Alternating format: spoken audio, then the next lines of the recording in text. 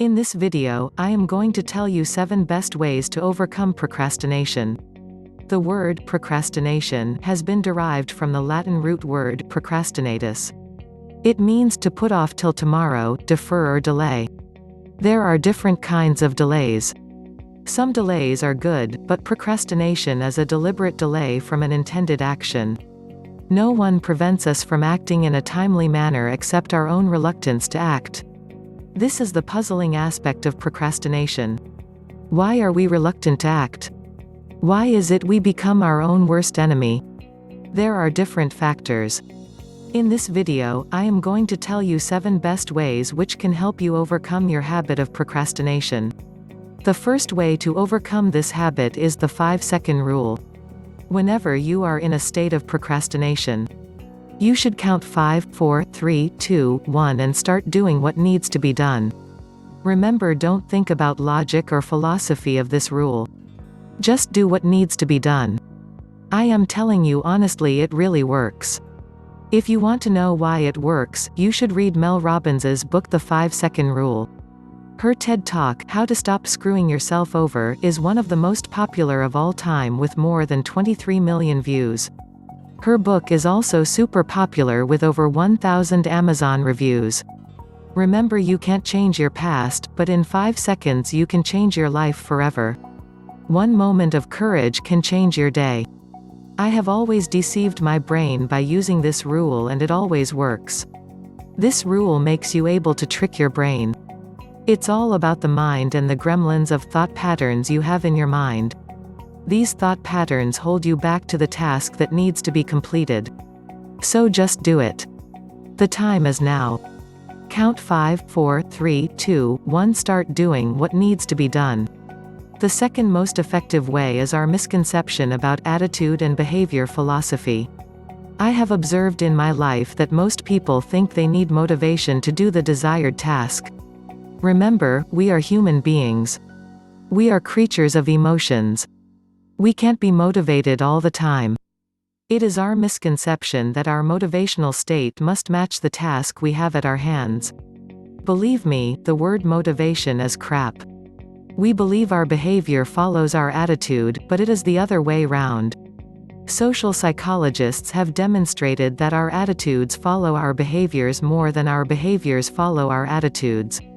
When we start to act on our intention as intended, we see that our attitude and motivation start following our actions. We think whenever we feel good, we are going to do the desired task, but we never feel that way. Start doing what needs to be done and your feelings will follow your actions. I repeat, start doing what needs to be done and your feelings will follow your actions.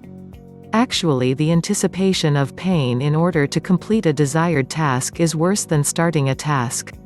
Remember, I am not using the famous Nike slogan of "just do it." It's about just getting started. The doing it will take care of itself once we get going. You will observe during the whole process that your feelings have followed your actions. The third most effective way is to get rid of 1-minute fallacy. What is 1-minute fallacy? Let me explain with example. One day I started working on a project. I had to prepare a report. I sat down on my computer earlier that evening. My intention was to get my work done within 2 hours, but I thought I'd just update my Facebook status. It will take only 1 minute. Believe me, after hours my work was still there. You know, I couldn't start working on the report until midnight. Sometimes we think it will take 1 minute, but that 1 minute takes hours of us and we feel that we are still there where we started. Therefore, get rid of 1-minute fallacy. This notion that it will take only a minute puts us on a slippery slope toward procrastination. The fourth most effective way to overcome procrastination is to get rid of digital distractions. Minimizing distractions is an important part of curbing our online procrastination. To stay really connected to our goal pursuit, we need to disconnect from potential distractions like social networking sites. This means that we should not have Facebook, Twitter, WhatsApp, or any other favorite social media tools running in the background of our computer or smartphone while we are working on a project. Shut them off. I said, and I repeat, simply shut them off. I know, it is really tempting to find some excuse to keep it a business as usual approach here, but if you are committed to reducing your procrastination, this is something you really need to do.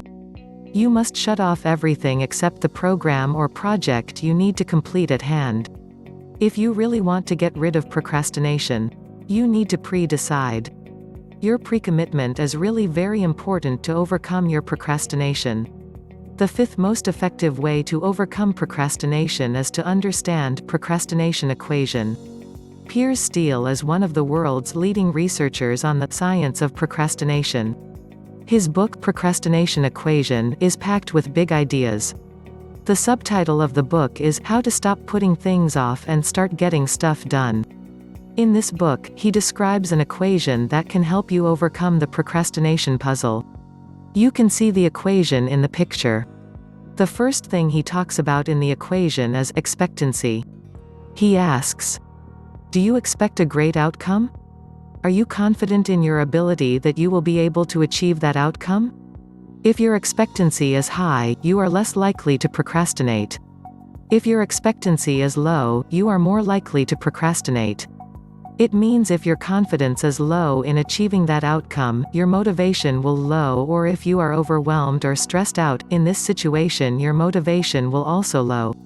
The second thing he talks about in the equation is value. Do you value that thing whatever you are working on? If it has a great deal of meaning for you, that's great, you'll be much more motivated. If it has a little meaning for you, you're more likely to be bored and procrastinate. That's our numerator. If we want high levels of motivation, we need to make sure we expect to achieve things we're excited about. If our numerator is low, we're in trouble before we even get to the denominator. If it's high, we still need to pay attention to the denominator, which is going to cut our motivation down if we're not aware. Now we're ready for the number one factor connected to procrastination. Is impulsiveness. As Piers Steel tells us, without impulsiveness, there would be no such thing as chronic procrastination. Impulsiveness, in short, is our tendency to want immediate gratification. Immediate gratification is not at all helpful for pursuing long-term important projects. After impulsiveness, the last thing he talks about delay. This measures how far into the future our project needs to be completed.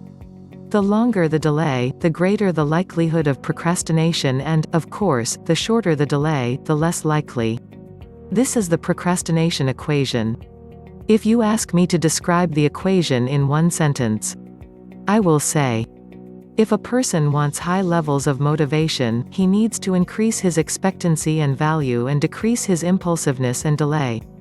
The sixth best way to overcome procrastination is to focus on the process, not the product. Most of the time when we think about the product or result, we start procrastinating. Our efforts are more important than the results. Don't think too much. Remember, your focus should be on the process. The seventh best way to overcome procrastination is to make SMART goals. In SMART, S stands for specific. You must have specific goals. You must know what you really want. M stands for measurable. You must know how to measure your goals. A stands for achievable. You must know whether you would be able to achieve your goals or not. R stands for realistic. You must know your limitations and you should set realistic goals. T stands for time bound. You must give yourself time. I mean until when you would be able to achieve your goals. Therefore, make SMART goals. The last thing you have to keep in your mind, the implementation intention. You must implement what you have been told in the video. If you don't, you won't not be able to stop this bad habit. Just start doing what needs to be done. The doing it will take care of itself once you get going. Your feelings will follow your actions. I hope you liked the video. If you like it, share it with the people whom you think have the habit of procrastination. Thanks for watching the video. See you next time.